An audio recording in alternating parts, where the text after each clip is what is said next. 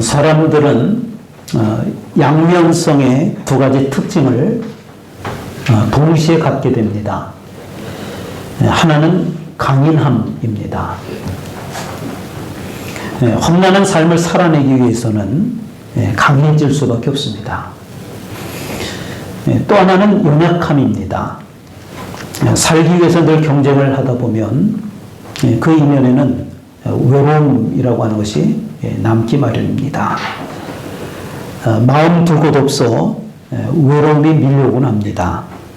그래서 사람은 강한 것 같지만 연약할 수밖에 없습니다. 그래서 그 안에는 강함과 연약함, 이 두 가지가 동시에 존재한다라고 볼 수 있습니다. 어떻게 해야 연약함을 해결할 수 있을까요? 강함은 오래가지 않습니다. 어느 순간에 무너져 내리는 것을 보곤 합니다. 우리가 어떻게 해야 이 강인함이 무너지지 않을 수 있을까요?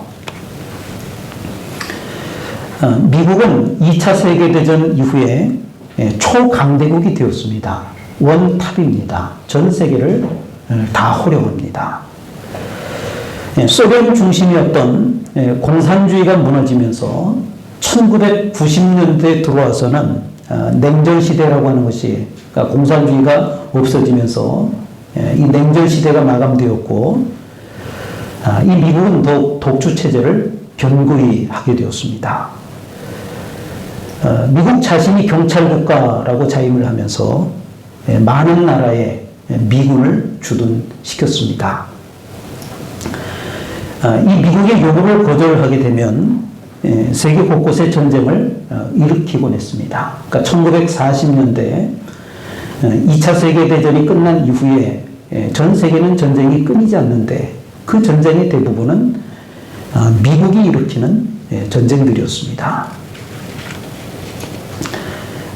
역사적으로 보면 세계를 제패했던 제국이라고 그러죠. 대국 큰 나라들이 있었습니다.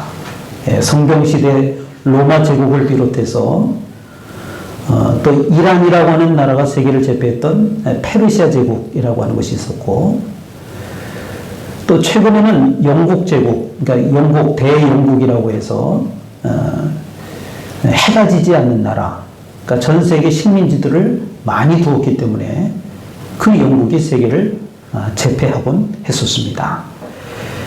그런데 특징이 하나 있습니다. 세계 역사를 보면 세계를 제패한 아무리 큰 나라라 할지라도 100년이 넘도록 패권을 가진 나라는 없었습니다. 역사적으로 가장 긴 패권을 가진 나라가 대영 제국 100년이라고 합니다. 그런 것처럼 요즘 정세를 보면 80년 된 미국도 벌써 80년째 세계를 제패하고 있습니다. 서서히 그 정점에서 제일 위에서 내려오고 있다라고 하는 것을 세계 모든 전문가들이 진단을 하고 있습니다. 그렇다면 80년이 넘도록 이제 앞으로도 조금은 더 가겠죠. 한 100년 가까이 이 미국이라고 하는 나라가 그 큰 힘을 가질 수 있었던 그 원동력이 과연 무엇일까라고 하는 것입니다. 사실 이 미국이라고 하는 나라는 서로 다른 두 사상이 그 미국 나라에 흐르고 있다고 합니다. 하나는 프론티어 정신입니다. 개척자 정신입니다. 16세기, 그러니까 지금으로부터 700여 년 전에 콜럼버스라고 하는 사람에 의해서 미국 대륙, 아메리카 대륙이 발견이 되었습니다. 그리고 18세기, 지금으로부터 500년 전에 본격적으로 서부 개척 시대가 시작되었습니다.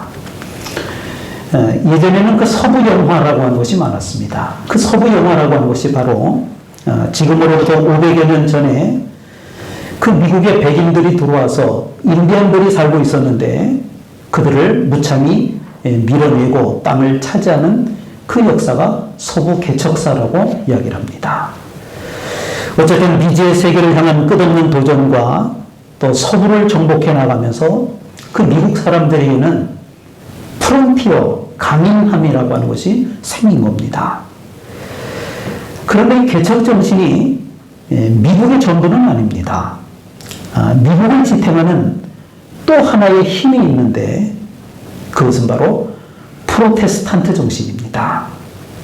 17세기, 그러니까 600여 년 전에, 그러니까 콜럼버스가 700년 전에 나라를 발견하고 그리고 백인들이 들어오기 시작했고 100년이 지나서 지금으로부터 600년 전에 영국으로 건너간 프로테스탄트, 그러니까 영국의 청교도 신앙인들을 말합니다. 이 사람들이 그 서부 개척 시대가 시작이 되면서 하나님을 믿는 신앙으로 또 하나의 정신을, 사상을 갖추게 되었다라고 하는 것입니다. 그래서 미국은 겉으로는 프론티어, 개척 정신이 나라를 이끌어가는 것 같지만 강인함으로 지금 이 세상을 지배하는 것 같지만 사실 그 바탕에 들여다보면 프로테스탄트 정신, 신앙을 바탕으로 하고 있다라고 하는 겁니다. 지금 선진국의 개신교는 다 없어졌습니다. 유럽은 초토화가 되었습니다. 서방의 기독교 신앙이 남은 유일한 한 나라가 있는데 바로 그 나라가 미국이라고 하는 나라입니다. 아직도 부흥하는 교회들은 부흥하고 있습니다. 미국의 달러에는 이런 문구가 새겨져 있습니다. 인가, we trust. 우리는 하나님을 믿는다. 여러분, 돈에다가 우리는 하나님을 믿는다. 이 경제라고 하는 강인함이 있지만 그 이면에는, 그 뒷면에는 신앙의 정신이 새겨져 있다고 하는 것입니다. 아직도 미국이 전 세계를 호령할 수 있는 이유이기도 합니다. 경찰 국가를 폐방하면서 실제로는 깡패 역할을 하는데도 오랜 세월 동안 이 세상을 지배할 수 있었던 것은 프론티어, 개척자 정신으로 세계를 지배하고 있지만 프로테스탄트, 신앙의 정신으로 기도하는 사람들이 있었기 때문인 것입니다. 그렇다면 여러분, 어떤 사람이 하나님을 믿는 사람일까요? 누가 하나님을 믿는 사람일까요? 오늘 말씀을 중심으로 하나님을 믿는 사람은 스스로 부족하다고 느끼는 사람이라고 하는 겁니다. 다시 말씀드립니다. 진정으로 하나님을 믿는 사람이란 자기 스스로가 부족하다, 나는 연약하다, 나는 부족하다 느끼고 깨닫는 사람입니다. 사실 부족함을 느끼지 못하는 사람은 하나님을 믿기는 어렵습니다. 오만방자한 개척자 정신과는 다르게 부족함을 느끼는 그 신앙의 정신이 그 미국 밑바탕에는 흐르고 있는 겁니다. 겉으로는 강인하고 또 밀고 들어가고 뚫고 개척자 정신이 있는 것 같지만 그 이면에는 우리는 부족합니다. 그래서 하나님만을 믿습니다. 이런 신앙이 있는 것입니다. 제가 하나님을 잘 믿습니다. 그 이유는 완벽한 목사처럼 보이려고 노력하지만 사실은 저 자신이 저를 잘 알기 때문에 저는 하나님을 의지할 수밖에 없습니다. 제가 허물을 보이지 않으려고 부단히 노력을 합니다. 성격적으로도 그렇지만 또 목회를 하다 보니까 이것이 몸에 배워서 어떻게 해서든지 단점, 사람들한테 책 잡힐 것, 이걸 안 보이려고 굉장히 애를 씁니다. 그런데 이것이 굉장히 가증스러운 겁니다. 제 안에는 안 그렇거든요. 속은 안 그렇거든요. 딴 마음이 있거든요. 겉으로 안 보이게 하는 거예요. 이것이 연약함입니다. 부족함입니다. 그래서 하나님만을 의지할 수밖에 없겠구나 깨닫는 것입니다. 마냥 사람 좋은 사람처럼 살지 말라는 이야기를 합니다. 호구 잡힌다고 그럽니다. 이 세상에서 살아남으려면 강인함이 있어야 합니다. 그래서 사람들은 센 척을 합니다. 센 척을 하는 거예요. 강인한 척을 하는 거예요. 지지 않으려고 하는 거예요. 뭔가 나도 할 수 있다라고 하는 걸 혼좋게 보여주려고 하는 겁니다. 강인해야 살아남을 수 있거든요. 그러나 여러분, 그 이면에는 신앙이 뒷받침되어야 끝까지 무너지지 않는 겁니다. 신앙이 밑받침이 되어야 합니다. 미국인이라고 하는 나라를 저는 비난하고 싶습니다. 그러나 비난할 수 없는 이유는 그들 저변에는 신앙의 정신이 흐르고 있다고 하는 겁니다. 끝까지 하나님을 믿겠다라고 하는 마음, 우리가 연약하기 때문에 하나님을 의지하겠다라고 하는 그 마음들이 밑에 흐르는 것입니다. 신앙은 나의 부족함을, 나의 연약함을 인정하는 것입니다. 오늘 본문에는 예레미야라고 하는 선지자가 등장을 합니다. 예레미야에게는 별명이 하나 있는데 눈물의 선지자라고 하는 별명입니다. 늘 울던 연약한 사람이었습니다. 그런 예레미야에게 엄청난 사명이 주어졌습니다. 제가 지난주에 소개해드렸던 다니엘이 남유다라고 하는 나라가 망하면서 바벨론 포로로 끌려가서 그곳에서 주의 사역을 감당했다라고 하면 오늘 소개하는 예레미야는 그 남유다가 망하기 전에, 그러니까 다니엘보다도 먼저 사람입니다. 그 남유다가 망하기 전에 유다가 망할 것이라 이것을 예언했던 선지자, 그 사람이 바로 예레미야라고 하는 사람입니다. 우리가 회개하지 않으면 바벨론이라고 하는 나라에게 패망을 하게 될 텐데 빨리 회개하고 하나님께 돌아가야 합니다. 예레미야가 하나님의 사명을 받아서 그렇게 외쳤습니다. 그런데 문제는 그 당시 유다라고 하는 나라의 상황이 망할 것 같지 않았다고 하는 겁니다. 정치적으로도 상당히 평화로웠고 경제적으로도 안정이 되어 있었다고 하는 겁니다.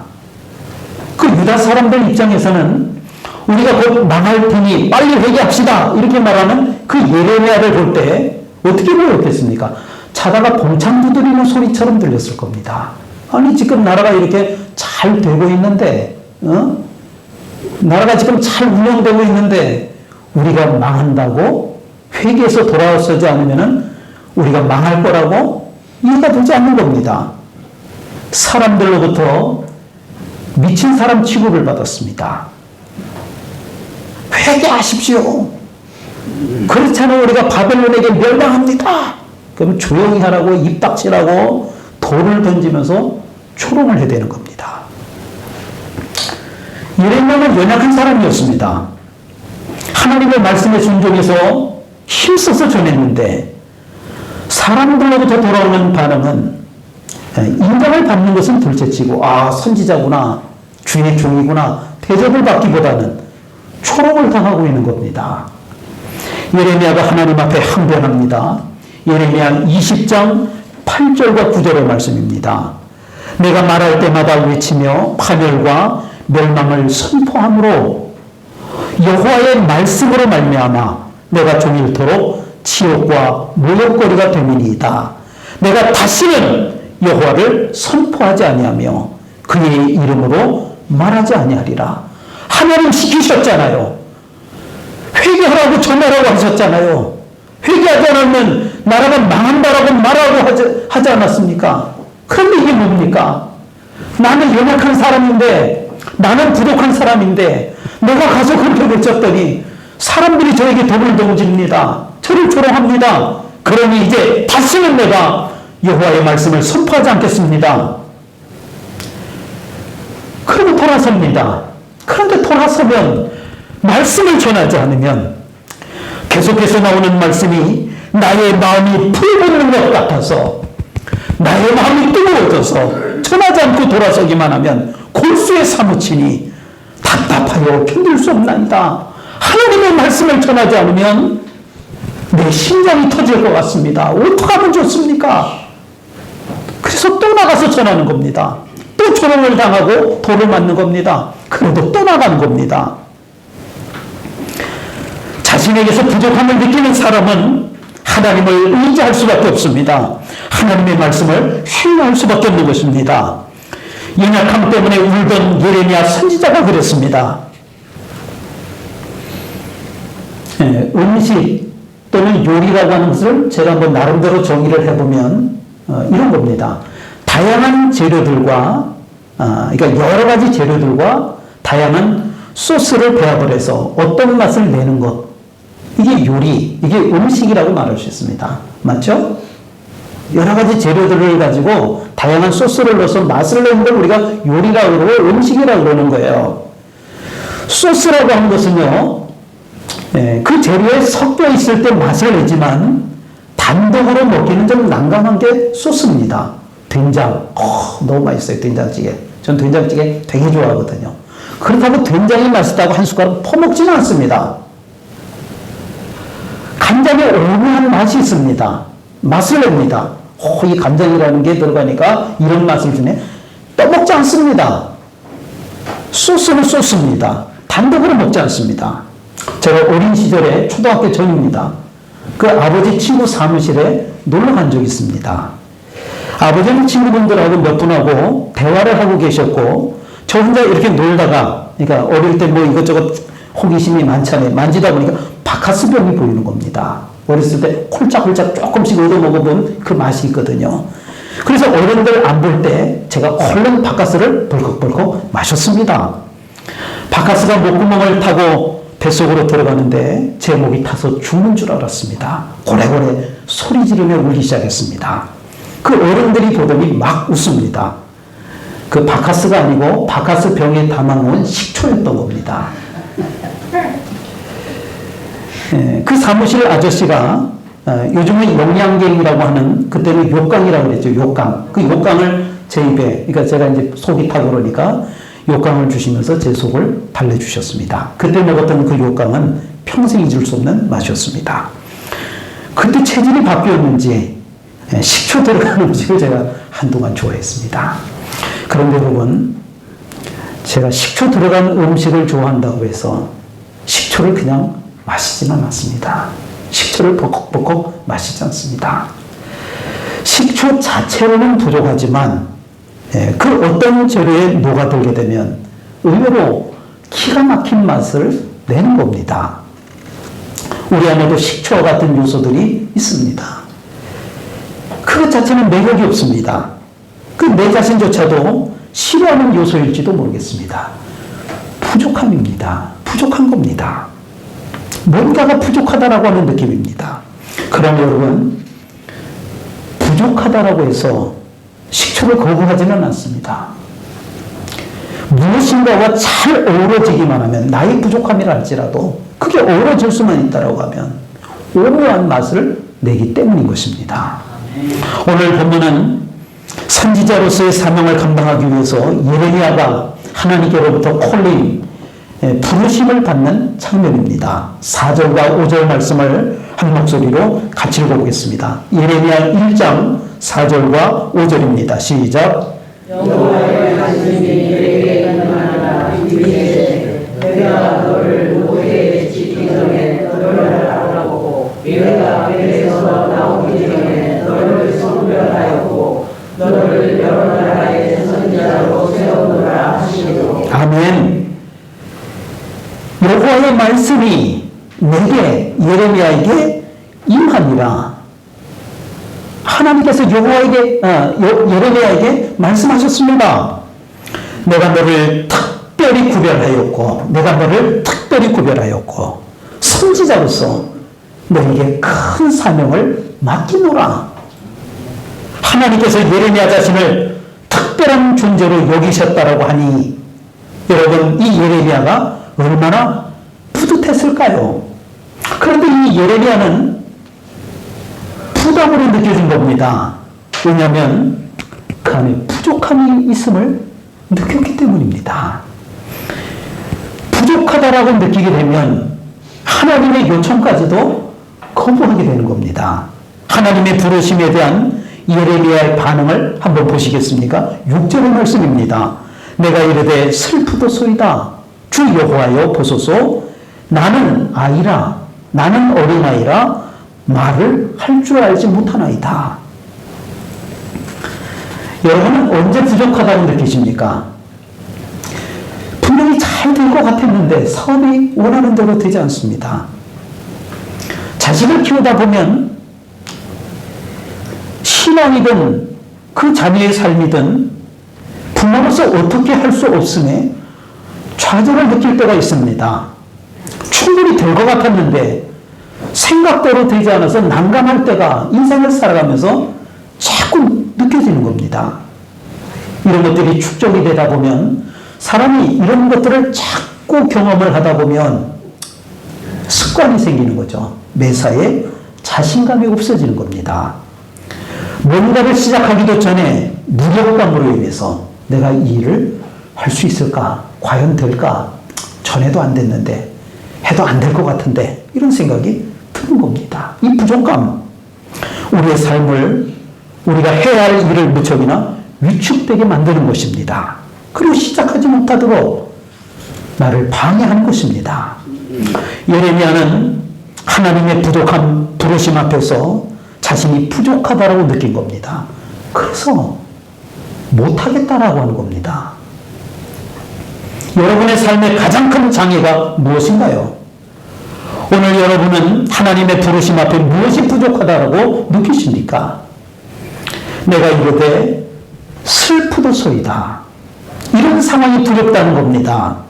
감당할 수가 없다라고 하는 겁니다. 큰 사명을 주셨지만 나는 그런 걸 감당할 사람이 못 된다라고 하는 겁니다.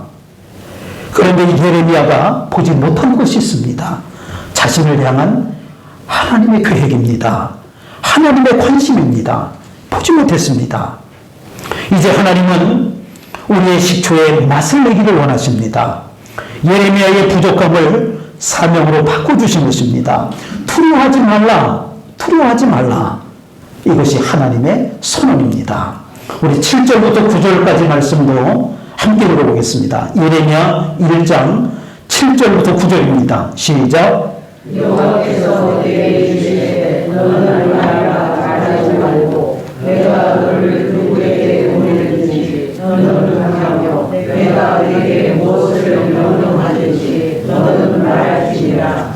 너는 그들 때문에 두려워하지 말라. 내가 너와 함께하여 너를 구원하리라. 나 여호와의 말이니라 하시고 여호와께서 그의 손을 내밀어 내게 대시며 여호와께서 내게 이르시되 보라 내가 내 말을 내게 두었노라. 아멘. 중요한 말씀을 하십니다. 보라, 내가 내 말을 내 입에 두었노라. 예레미야는 연약한 사람이었습니다. 상황이 두려워서 포기하고 싶었습니다. 자신의 부족함을 잘 알고 있었습니다. 아까 전에 그 뒤에 말씀을 소개해드렸잖아요. 사명을 받고 사명을 감당할 때 그 말씀을 어떻게 됐습니까? 조롱을 당했습니다. 돌에 맞았습니다. 무시를 당했습니다. 뻔히 그 결과를 알고 있었습니다. 그러나 하나님이 말씀하십니다. 내가 내 말을 내 입에 두었노라. 네가 가는 곳은 내가 보내는 곳이고 네가 말하는 것은 내가 명령하는 것이니라. 하나님은 이 세상 가운데 저와 여러분들을 보내셨습니다. 그리고 사명을 주셨습니다. 그 사명이 교회를 위한 사명이든 또 여러분들의 가정을 위한 사명이든 또 여러분들의 삶의 현장이든지 간에 우리가 부족하지만 하나님께서는 나를 그곳에 보내셨다고 하는 겁니다. 나를 보내신 하나님은 내가 필요한 곳에 보내신 겁니다. 감당할 수 있도록 내게 필요한 사람도 만나게 하신 겁니다. 이것이 깨달아지는 것이 믿음입니다. 예레미야의 부정적인 말, 자신이 부족하다라고 하는 말, 그런 말은 이제 그만. 여호와께서 그의 손을 내밀어 여호와의 입에 대시며 말씀하십니다. 보라, 내가 내 말을 내 입에 두었노라. 하나님의 말을 예레미야의 입에 두었다라고 하는 겁니다. 이제부터는 예레미야가 하는 말은 자신의 말이 아닙니다. 하나님의 말이 될 것입니다. 하나님이 하신 말씀은 하나님께서 반드시 이루어 주시는 줄로 믿습니다. 사실 인생을 살다 보면 언변이 뛰어난 사람이 있는가 하면 그렇지 못한 사람도 있기 마련입니다. 목회는 말로 하는 겁니다. 언변이 뛰어난 것이 중요합니다. 그런데 수많은 목사님들 가운데, 많은 영향력을 끼치는 목사님들 가운데 언변이 뛰어나지 않은 분들도 얼마든지 있습니다. 말의 앞뒤가 잘 맞지 않습니다. 발음이 부정확합니다. 그런데도 그 말씀이 은혜가 됩니다. 왜요? 하나님께서 말씀하십니다. 내 말을 내 입에 두었노라. 예레미야 선지자는 선지자의 사명을 받았지만 그에게는 말 못할 고민이 있었습니다. 그 안에 사랑의 마음은 가득했지만, 동족을 사랑하는 마음은 가득했지만 자신은 어린아이처럼 말을 잘 못한다라고 하는 겁니다. 그래서 말씀을 전하는 것이 고민이었습니다. 설득을 해야 되는데, 이해를 시켜야 되는데 나는 말을 잘 하지 못합니다. 어린아이와 같습니다. 고민입니다. 내가 이르되 슬프도소이다. 나는 아이라 말할 줄을 알지 못하나이다. 그러자 여호와께서 손을 내밀어 내 입에 대시며 부족하다고 말하지 말라는 겁니다. 보라, 내가 내 말을 내 입에 두었노라. 하나님께서 우리의 부족함을 채워주시겠다라고 하는 겁니다. 우리는 부족합니다. 연약합니다. 그러나 하나님께서 우리를 부르셨을 때는, 또 우리에게 그 현장에 있게 하셨을 때는 하나님께서 말씀하십니다. 손을 내밀어 내 입에 대시며 말하지 말라. 부족하다고 말하지 말라. 내 말을 내 입에 두었노라. 우리의 부족함이 하나님을 만나게 되면 그 부족함은 해결될 줄로 믿습니다. 우리의 부족함이 하나님의 말씀을 깨닫게 되면 우리의 삶은 풍성함을 누리게 될 줄로 믿습니다. 우리가 살다 보면 넘어지고 쓰러져서 아픔을 겪을 수 있습니다. 하지만 우리는 또 일어설 수 있습니다. 왜냐하면 부족함을 채우시는, 나의 연약함을 채우시는 하나님이 계시기 때문인 줄로 믿습니다. 보라, 내가 내 말을 내 입에 두었노라. 성도 여러분, 부족하다고 느끼십니까? 하나님만을 의지하십시오. 하나님께서 채우실 것입니다. 내가 부족하다라고 하는 인식 때문에 스스로 상처를 받고 열등감을 가지고 살아가고 계시지는 않습니까? 부족하다라고 하는 마음은 자신만의 문제만이 아니라 다른 사람들 용납하지 못하는 그런 문제도 또 안고 있다라고 하는 겁니다. 내 자신이 채워지지 않는데 어떻게 다른 사람의 필요를 채울 수 있겠습니까? 그래서 우리 주변에 보면, 그래서 사역을 하면서 남몰래 눈물을 흘리는 분들이 있습니다. 하나님의 일을 한다고 하면서도 혼자 상처를 받고 쓴맛을 감추는 분들도 있습니다. 인생을 살아가면서 여러 가지 그 부족한 마음 때문에 다른 사람을 상처를 주고 해하는 경우들도 부지기수로 있습니다. 여러분들의 부족함에 하나님이 채워주시기를 원하십니다. 여러분들의 약함을 하나님의 강함으로 채워주시기를 원하십니다. 오늘 말씀을 정리합니다. 하나님은 예레미야 선지자를 부르셨습니다.